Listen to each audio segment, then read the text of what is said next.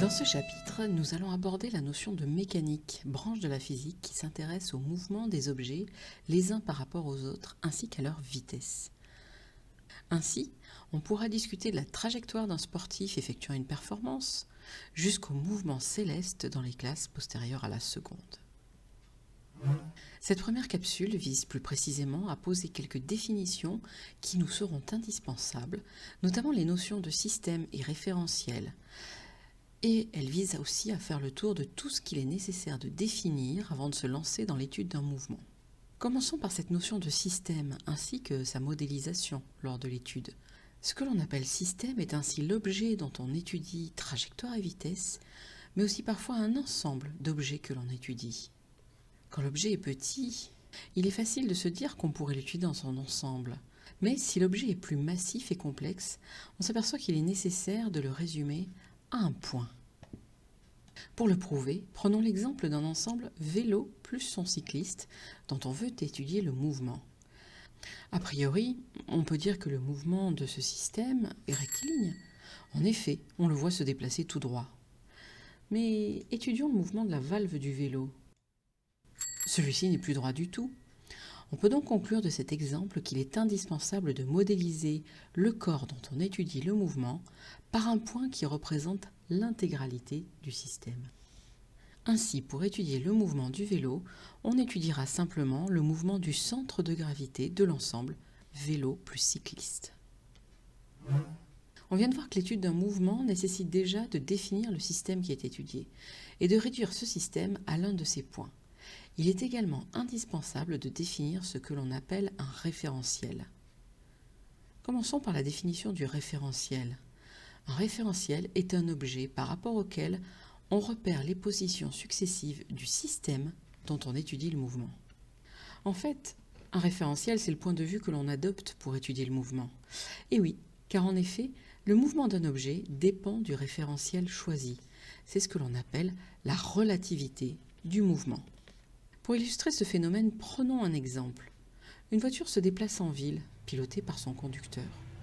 Si on se place dans le référentiel terrestre, on observe que la voiture a un mouvement rectiligne.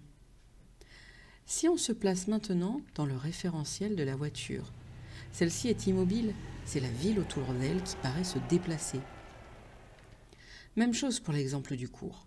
Un passager assis dans un train roulant à vitesse constante est immobile dans le référentiel du train et il est en mouvement rectiligne par rapport à un référentiel lié à la surface de la Terre.